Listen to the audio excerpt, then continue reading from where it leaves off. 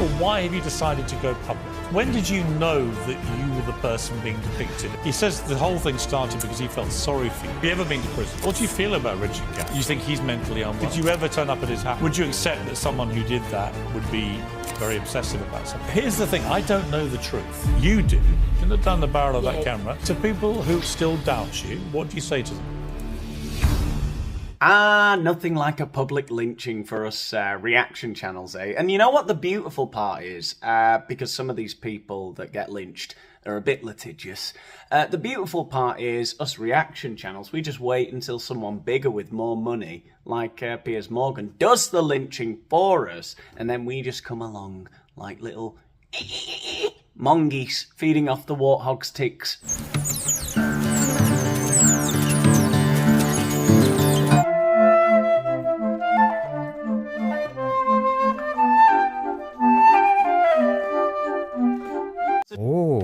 Daniel Boland, this is a heavy hitter. Do you guys know who this is? So I'm sure a lot of you already know what this is all about, but for those of you who don't, I'll try and bring you up to speed very quickly. We're going to cut through the crap and get to some of the hilarious moments in this interview between Piers Morgan and this woman, Fiona Harvey. Now, who is Fiona Harvey? A few of you are asking. Well, there is a new series on Netflix called Baby Reindeer. I really don't know where it's going to end.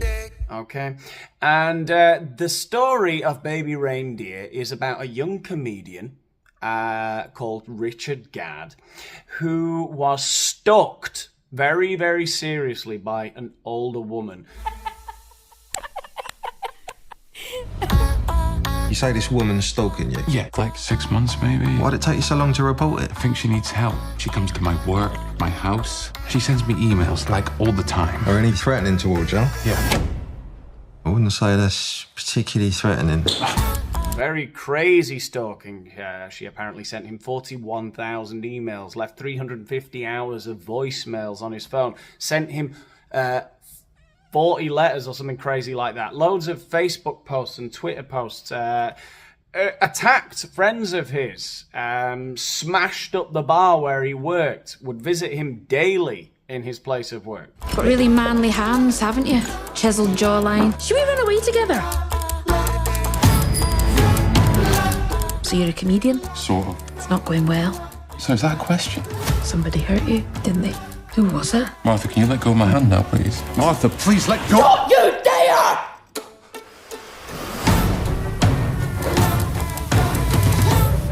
And this story is presented by Netflix and Richard Gadd as a real story, a true story. The only thing that has been changed, apparently, is the name of the stalker to protect her identity. But obviously, somebody who has been tweeting about, posting on Facebook, visiting the place where this now famous guy worked for years every day, people are going to very, very quickly know who the real life inspiration behind that character is. And Fiona Harvey is supposedly that woman. So Fiona Harvey is suing Richard Gadd and Netflix for defamation. Now, it's a very strange situation because obviously it should be very easy to prove if she has sent 40,000 emails to a guy, if she has rung a guy so many times that she's left 350 hours of voicemails on his phone, that should be easy to prove. According to Netflix, she has already spent 9 months in prison after admitting to stalking him. However, she says she has no criminal record, and so far no journalists have come up with anything, as far as I can see this morning, reading Piers Morgan's column in The Sun, as I do. I'm a bit of a culture vulture. However, there are a lot of people focusing on whether, you know, we're for her or against her. And that isn't what the Daniel Boland show is all about. We don't care about truth here. We're just gonna have a laugh. Let's see what happened. Thank you for joining me, Fiona. First of all, why have you decided to go public? The internet sleuths tracked me down and hounded me and gave me death threats, so it wasn't really a choice. I was forced into this situation. Yep, she's guilty. I think that's enough for today's video. I'll see you in the next one. Oh, I'm kidding. We're not so fickle, are we, here on the Daniel Boland Show? I say we kill the beast! Well, it's not that we're not fickle, it's that we don't care. We're a cult of nihilists. You will not drink anybody's Kool-Aid, except mine. What do you hope to achieve in this interview? I came on your show because you're a veteran broadcaster. I think you'll give me a fair hearing. You were persecuted yourself not so long ago. Now, you guys know me. You know I don't like to brag. I don't like to gloat, okay? But I have to say this. I did get a grade E in A-level psychology. Now, does that mean I'm a licensed mental health expert? No, not technically, but only because my approach was perhaps a little bit too avant-garde. You know, in my exams, I was always citing Derren Brown and David Copperfield instead of Philip Zimbardo and all those other normies, right? So it is what it is. But and don't get frightened by the technical jargon I'm going to use here. But what I can do, I can give you a bit of an insight into what is going on in this interview. This Fiona woman is using a technique that us psychologists call pretending. Okay, she's pretending like she and Piers Morgan have something in common. We were both persecuted, so you'll understand, right? So that he'll be more sympathetic towards her. Very crafty. She's a psychopath! So that's why I've chosen this show. Have you watched the drama? Not at all. I've heard about the court scene, about the jail sentences and all this sort of stuff. But you really haven't watched any of it? I haven't watched any of it. You're not curious to? No, I think I'd be sick. It's taken over enough of my life. I find it quite obscene. I find it horrifying, misogynistic. Some of the death threats have been really terrible online. People phoning me up. You know, it's been absolutely horrendous. I wouldn't give credence to something like that, and it's not really my kind of drama. Now, it might just be me, what with my being such a psychology buff, but there's something not quite adding up there, about old Ness's story, because I think if somebody made a Netflix show about me, all of a sudden, out of nowhere, a guy I knew made a whole show about me, I would want to watch it. And it's not just that she says she hasn't watched it. I mean, imagine if you're so traumatized because somebody suddenly made a whole show about you and people are threatening your life online. You'd be cut up about it. You'd be like, I can't bring myself to watch it. It's been so terrible. She rattled off about 17 different reasons why she couldn't watch it in no particular order, with no apparent priority to any of the reasons. And she ended with, and it's not really my cup of tea. It's not really the kind of drama I watch anyway. What the hell? I mean, in all seriousness now, I know this doesn't prove anything, but surely to God, if something like this happened to you, imagine, and you go on Piers Morgan, you would be infuriated, or you would be shaken up, or you would want to get your message across very concisely that this is not true, that yes, you did know that person, but a hell of a lot of things that are in this Netflix show are just completely untrue, and that you are taking them to court because that's insane, and none of this stuff happened. Her attitude is not right.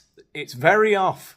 When did you know that you were the person being depicted in this? 5 years ago on BBC Breaking News, I saw Mr. Gadd had written a play for the Edinburgh Festival, and he was holding up placards, MP's wife stalker, and all of this, and he'd called it Baby Reindeer. That's all I knew. And I thought, well, I've only met this guy 2 or 3 times. I don't know him.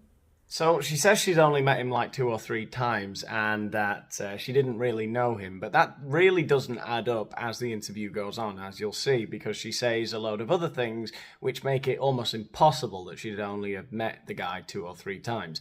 It's very strange. I honestly think that there are people that mental out there, not saying she's one of them, but they will just lie barefaced and then deal with the consequences later. You meet people like this from time to time. They're pretty scary. It's a work of fiction. It's a work of hyperbole. Hyperbole? I think that's where I spent many a rainy Saturday afternoon before going to the pictures. I think she means hyperbole. Now, I wonder if any of my fellow psychoanalysts in the comments can confirm my long-standing suspicion. In fact, I think I've heard this somewhere before, that narcissists and other lunatics on that spectrum often use big words that they're not sure of the meaning of or the correct pronunciation, because they just read it one time and kind of gauge its meaning from the context and then spring it on people in conversation, assuming that everyone else is stupider than them and they won't have even seen that word before, right? She's on national TV there saying, hyperbole, you idiot! Hyperbole, as I've always said. And there are two true facts in that. His name is Richard Gadd, and he worked as a jobbing barman on benefits in the Holy Arms. There's another thing I noticed about her. She's just constantly, she's very, very clear in her speech, but she gives these little jabbing barbs, these viper-tongued little darts that she shoots out for no real reason. On benefits. They're like mini attacks mid-sentence that she does all the time. What do people call that now? Throwing shade, right? She's casting shadows. The show shows you coming in to a London pub. You've just named the pub. And he's working behind the bar, Richard Gadd, and he offers you a cup of tea. Is that what happened? No, that's not correct. He didn't offer me a cup of tea. Nobody gets anything free from the Holy Arms. Oof, Fiona, there's no need for that, is there? You don't need to drag the reputation of the Holy Arms through the mud. This is between you and the guy you definitely didn't stalk. I was in for a meal with a drink of lemonade, and I was very, very hungry. I'm diabetic, so very hungry. So that's. And did you talk to him? He interrupted a conversation. There was another barman there, and he said, "Oh, you're Scottish," and basically commandeered the conversation. I was talking to somebody. It's pretty rude to interrupt. So I was actually talking to someone else. It's pretty rude to interrupt, actually. What the fuck is that? That is insane. He seemed to be obsessed with me from that moment onwards. I mean, just... Yeah, I can believe that. Look, I'm not saying, I guess it's kind of, people don't want to say the obvious, but this guy, Paul Gadd, he's kind of a normal-looking guy. He's the same age as me. He's 34. We're born in the same year. And this woman is 58. This happened 10 years ago, and or 10 or 12 years ago, was it? And she claims that he was obsessed with her. Yet they only met 2 or 3 times. You see, there are holes in old Nessie's story. In the course of your relationship with Richard Gadd, you send him 41,000 emails, 350 voice messages, 744 tweets, 48 Facebook messages, and 106 letters. That's simply not true. If somebody was sending somebody 41,000 emails or something, they'd be doing how many a day? Lots. Yes. Lots. I think this is the bit that for me is very weird, and where she doesn't seem so confident about denying it all. Certainly the tweets and the Facebook messages, they are going to be very, very easy to trace, and people have traced. And 700 and something messages on Twitter, and how many 40, 50 messages on Facebook or something like that. That is clearly not someone you've met 2 or 3 times, surely. I mean, that seems weird to me.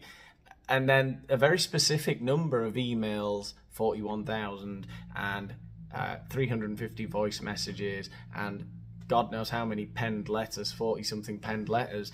All of this, it seems far too specific and too easy to disprove if it's not true. So this is where it seems to me that she doesn't have a leg to stand on. She's going to have to prove that that's all a lie. Now, the only explanation to me is that she's a total psycho who is just willing to go on there. That's her opportunity to sound reasonable. And that she knows a couple of million people who see that might half believe half of what she says. Or the other guy's a psycho and all of this is made up. Well, they'd be obsessively Yeah, absolutely no. Absolutely no. What did you send him? None of that's true. I don't think I sent him anything. I don't think I sent him anything. The Twitter and Facebook messages are very, very clearly, I mean, I'm people have surely found them all, right? That's how she was identified, because of the messages in the show. People sort of cross-referenced it, and they found her. So that, I'm assuming that number is fact-checked now, right? So you're denying sending anything to him? There may have been a couple of emails. Text messages? No. Facebook messages? No. Did you tweet him? I may have done years and years ago. You actually tweeted him numerous times. No, it wasn't numerous. It was about 18 tweets there or 14 It's quite a lot to someone who's not that well known. But we were all friends. You know, it was banter. Right, but it establishes you were contacted. That's in public. Yes, I mean, this Did you write him letters? Public, no. I think when I saw the rape interview, that's actually incorrect. What I said there, when I saw that in The Guardian, I said, "What a shame! It's not your fault." Something you like did that. write to him. One later. So, you would say you only sent him a handful of emails. Yeah. You never texted him. No. Did you ever text him? No. I apologise there for the noises. You know, it was just for comical. In fact, no, I don't apologise. You know, fuck off if you didn't get it. My point that I was trying to illustrate was that she looks about as comfortable as Slobber Dan Milosevic on trial for war crimes. That's good, isn't it? I should do more sort of topical, have I got news for you kind of quips like that. There's one key point in the drama that has Martha's character pleading guilty to intimidating Richard Gadd in court and sentenced to 9 months prison time. Let's watch. You are charged with the stalking of Mr. Donald Dunn between the dates of the 14th of August 2015 and the 22nd of March 2017. Are you guilty or not guilty? Guilty. You are charged with the harassment of Gerald Dunn and Eleanor Dunn between the dates of the 6th of June 2016 and the 22nd of March 2017. Are you guilty or not guilty? Guilty. My little reindeer. If this turns out to be, you know, completely untrue, and Netflix have done this number on this poor woman, they've just got this absolute stereotype of a Scottish woman, like Misery, but Scottish. Ah, my wee reindeer. That didn't happen. That has got to be artistic license. I don't buy that. Now, again, there is obviously a resemblance between... Do you think so? Well, a bit, but That's hardly flattery. Well, I don't mean to flatter you or not flatter you. I just think there is a resemblance, you know, having met you, and you both speak Scottish people. Yeah. But the fundamental point of this is, did you take part in that? So did you go to jail? Did you have a trial? No, of course not. Of course not. Have you ever been to prison? No. Have you ever been charged with a criminal offence? No. Never? No. Nothing? Nothing. So that scene is completely invented. That's completely false, and I don't think the actress sounds like me. I mean, people compare me to Lorraine Kelly, but I look nothing like Lorraine Kelly. We all happen to have dark hair, and we're Scottish. Now, I could be very stupid. There is a possibility, as remote though it may be, that I'm not quite following this logic here. That she's now arguing that the woman isn't that similar to her. Is she angry that the portrayal isn't more accurate or something? I thought her entire point was that it clearly was her, but it's an exaggeration of her. Yet she's annoyed that they've got certain things wrong, like her accent. She says she's from Glasgow. I've got a more Edinburgh accent. I'm more like Lorraine Kelly. It's like, that's not the point you're trying to make, surely. Surely, in my mind at least, you would focus on the fact that you've just watched a clip of the show on Netflix that shows the character that is supposed to be you going to prison and admitting to a load of crimes. And you would just say, well, that's clearly not true. I can prove where I was those 9 months. So I just don't have I'll show you my police record. I don't understand how she would get worried about her not having the exact Scottish accent that she has. That's mental. But that's a fundamental point here, because if they basically have a key point in their drama, which they say is a true story, which involves you admitting to intimidating Richard Gadd and getting a 9-month prison sentence. Oh, God, the humming. Oh, Christ, the humming. That, by the way, if my mother ever sees this video, is what I hate. When I'm telling you a story, don't go, That means that you're making a conscious effort to sound like you're listening. And it indicates to me that you're not, or that it's at least proving difficult to listen to my very entertaining anecdotes. Mother, all right? Have you ever changed your name? My surname was double-barreled. What was it? Muir Harvey. So Muir Harvey. M-U-I-R. Yes. Harvey. When the parents got divorced, I changed it to Harvey. I just dropped. So your maiden name when you were born was? Yeah, that's right. Was Muir. Yes. Muir Harvey. Yeah. So that's quite an unusual name. Yeah. So if you'd ever received a criminal conviction for anything, it would be on police files. Yes. And what you're saying is you've never been even charged with an offence. No. Let alone the one that they... Yes, I mean, this is 9.5 months in jail is pretty serious. So as you just saw there, Piers Morgan asks her whether she's changed her name at any point in her life. And he does this a few times throughout the interview. He sort of quickly changes his subject and asks her about her past, about her jobs, about other accusations of harassing people, about her education. And every single time, she seems to have this very awkward reaction where she responds quickly and has these sort of rapid-fire sentences, almost like prepared for the questions. But the answers are all very vague, and it's like she really doesn't want to talk about anything. And so...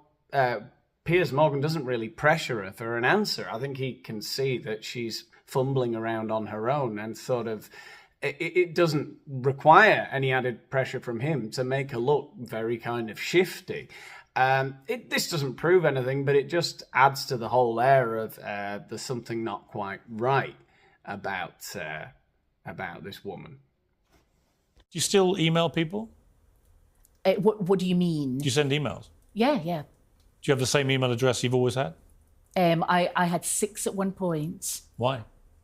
Because I like to keep people on different phones and different emails. Six different email accounts? Maybe 4.